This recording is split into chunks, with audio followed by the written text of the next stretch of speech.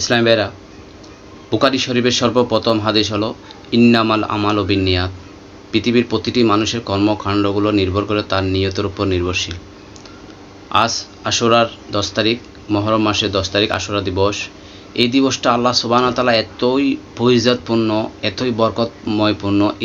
এই দিবসে আল্লাহ সুবহানাহু ওয়া তাআলা অনেক ক্যান্সার রোগী হযরত আইয়ুব আলাইহিস সালামকে মুক্তিদান করেছেন।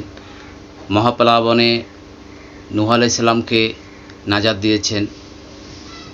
ইহা ছাড়া অসংখ্য ঘটনাবলী এই মুহররম মাসের 10 তারিখে সংঘটিত হয়েছে। ইসলাম ভাইরা, এই দিবসে যদি আমরা একটা নিয়ত করে যদি আমরা গোসল করি যে মুহররমের 10 তারিখে যদি নিয়ত করে গোসল করা হয়, তাহলে সারা জীবন সেই ব্যক্তিটির আর কুষ্ঠরোগ হবে না।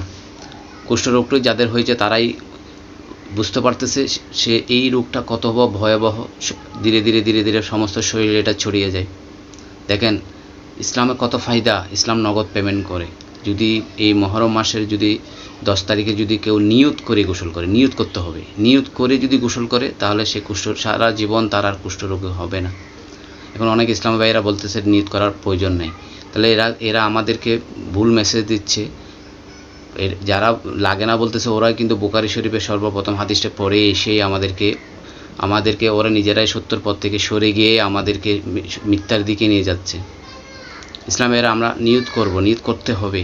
নিয়ত না করলে আপনার সমাধানটা হবে না। নিয়ত করেই আপনি যদি গোসল করেন তাহলে আপনার কুষ্ঠরোগ থেকে আপনি সেফ থাকবেন, আপনার পরিবার সুরক্ষিত থাকবে, আপনার ছেলে মেয়ে সুরক্ষিত থাকবে। ইসলাম মানি সুরক্ষা। ইসলাম নগদ পেমেন্ট করে।